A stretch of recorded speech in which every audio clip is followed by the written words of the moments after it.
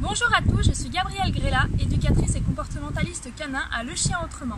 Aujourd'hui, je vous fais une petite vidéo pour voir 3 conseils qui rendront votre chien plus calme au quotidien. On va voir donc premièrement ce qui est à faire et ce qui n'est pas à faire chez le chien. Donc le premier conseil que j'ai à vous donner, c'est d'éviter les activités qui sont trop excitantes. Donc c'est-à-dire un chien qui va par exemple faire énormément de sport dans la journée, qui va sortir 4 heures, 5 heures dans la journée, qui va multiplier les heures de sortie, qui va multiplier les activités sportives ou même excitantes. Le chien qui va jouer à la bagarre à longueur de journée ou qui va jouer à la balle. Ce genre de choses, on va essayer de limiter, voire de supprimer. Donc surtout les jeux de lancer qui vont tendance à avoir à enrichir l'impulsivité, à ne pas aider le chien en fait à se contrôler. Ce genre de jeu, donc les jeux de lancer, les jeux où on va lancer un bâton ou une balle, on a à avoir un chien qui va petit à petit devenir accro à cette balle, tout simplement parce que lorsque vous jetez la balle, comme vous le voyez, votre chien il est tout tremblant, il a vraiment envie que ça arrive, parce que lorsque vous jetez la balle, ça lui jette une sorte d'hormone qui s'appelle l'adrénaline, donc qui est une hormone de plaisir intense qui va exciter votre chien, et ce plaisir-là, il est super pour le cerveau de votre animal. C'est-à-dire que votre chien va vouloir absolument réavoir ce plaisir. Donc on va avoir des chiens qui vont se mettre à faire de la prédation, des chiens qui vont se mettre à faire de l'instinct de poursuite, des chiens qui vont se mettre à avoir des comportements d'impulsivité dans des moments qui n'ont pas lieu à avoir de l'impulsivité ou de l'excitation. En bref, on va avoir un chien qui va être plus excité au quotidien tout simplement parce qu'on a utilisé une petite balle ou un petit bâton sans forcément faire attention aux différentes conséquences qu'a ce jeu-là. Donc pour commencer, voilà, éviter tout ce qui est activité excitante, donc les jeux de lancer.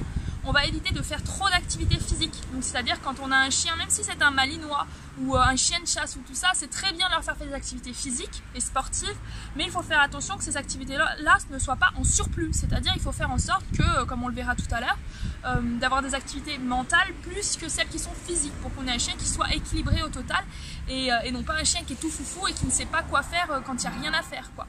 Donc par exemple votre chien. Si tous les jours vous l'occupez, vous lui donnez des exercices à faire qui sont fatigants, et ben votre chien va être posé, va être calme, des exercices qui sont calmes, le chien sera calme.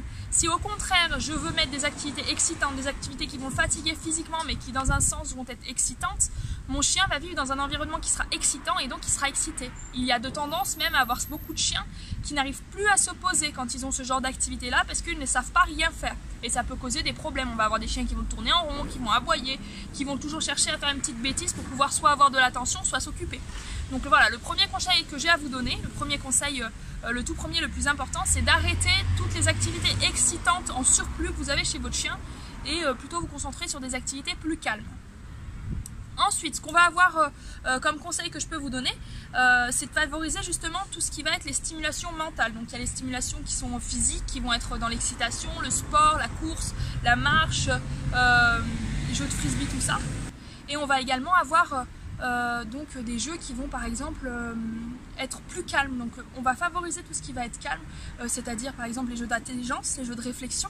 Par exemple chercher, on a des petits plateaux où il va y avoir par exemple des choses à relever, que le chien va devoir fouiner pour essayer d'y attraper.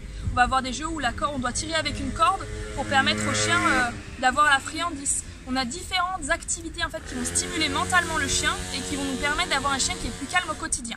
Donc ça c'est très important pour faire en sorte de mettre le plus d'activités calmes que d'activités qui sont excitantes pour avoir un chien qui soit calme et apaisé au quotidien.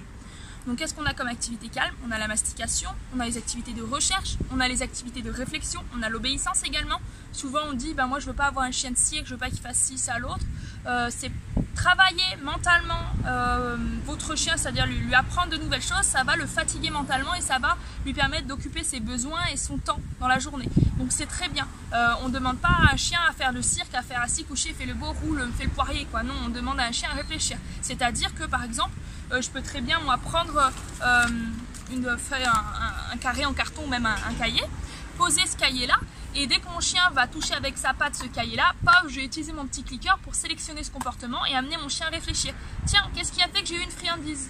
Est-ce que c'est quand je me suis approchée? Non. Est-ce que c'est quand j'ai senti? Non. Quand j'ai mis la patte? Oui, c'est ça, donc je vais reproduire le comportement. Alors ce genre d'exercices sont très faciles à mettre en place. Donc on a par exemple l'exemple du cahier que je vous donnais tout à l'heure. On peut apprendre des choses qui ne servent pas à grand chose pour notre chien. Par exemple, on peut apprendre le touche avec la main, c'est-à-dire que dès que notre chien va toucher avec sa truffe notre main, on va cliquer récompenser ou tout simplement récompenser si on n'a pas de clicker. En bref, le but ça va être de fatiguer mentalement votre chien en lui travaillant son obéissance, en travaillant différents apprentissages, en travaillant différents exercices qui vont l'apaiser.